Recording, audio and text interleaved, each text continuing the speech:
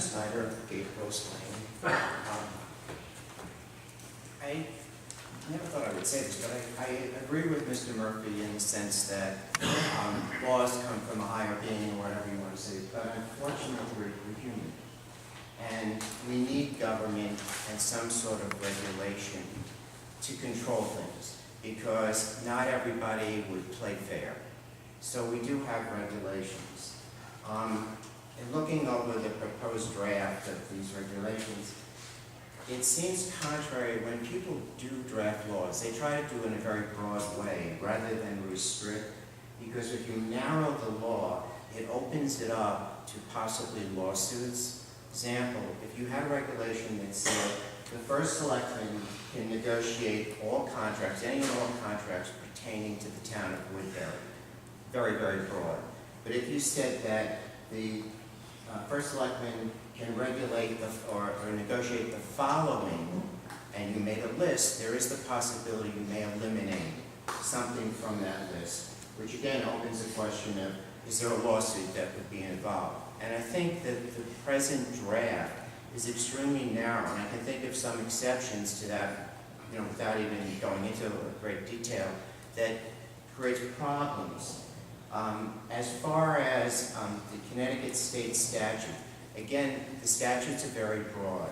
I think if the legislature didn't want a town, a zoning commission, to regulate any sign, any political sign, it would say that specifically. It doesn't.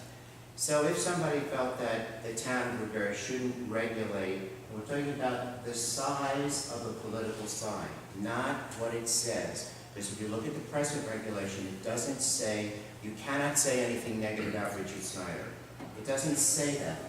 It just restricts the size of the sign.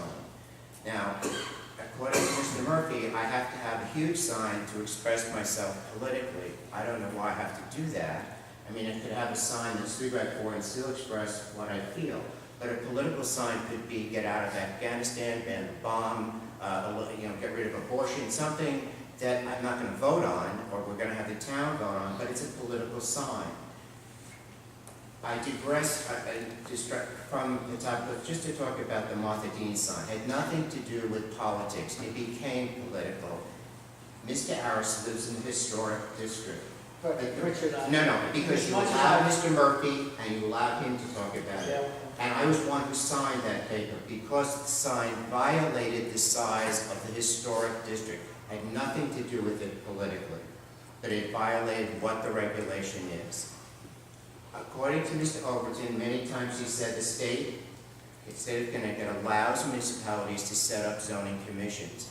And as a zoning commission, and this is where the attorney's letter, when you talked about achieving an allegedly legitimate government purpose, you will take the town, you can divide the town up. We have the Main Street design in the historic district, you can have a commercial district, you can have one that's heavily trafficked, you can have one that's residential, and you're allowed to do that. And there isn't any issue. Where I think if you go back to what had originally been proposed by the town attorney dealing with political signs, the issue is not freedom of speech. Because again, as Mr. Overton asked Mr. Murphy, if you can ban billboards and neon lit signs, well, shouldn't you really exempt, have it like Christmas lights, put it in the exemption, and just eliminate any type of regulation on a political sign? How long it is, how the size of it, with maybe the exception of safety, but does that become an issue? I mean, because if you look at other sections of the regulations, there are signs that are prohibited in every single district. However, wherever it's a district, you can't have a billboard, you can't have a neon lit sign. Well, you've done it. I mean, if a political sign, no matter what the size, can't be you've restricted it. But the regulations do not restrict what you can say. They restrict the sign. Where I think the constitutionalists that keep talking about constitutional issue, it's a 14th Amendment. It's a question of equal protection under the law. It has nothing to do with freedom of speech. Somebody who is in the Middle Quarter Village has a commercial sign, and let's say it's 6 by 6. Well, if a political sign could only be 3 by 4, you've restricted the rights of somebody who wants to put a political sign up in that district.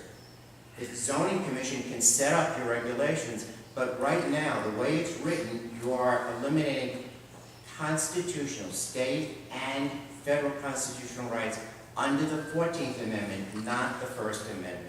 So I would ask that you go back, take a look at what was originally proposed by the town attorney, and take a look and see. I think that works, not only from the First Amendment right, but from the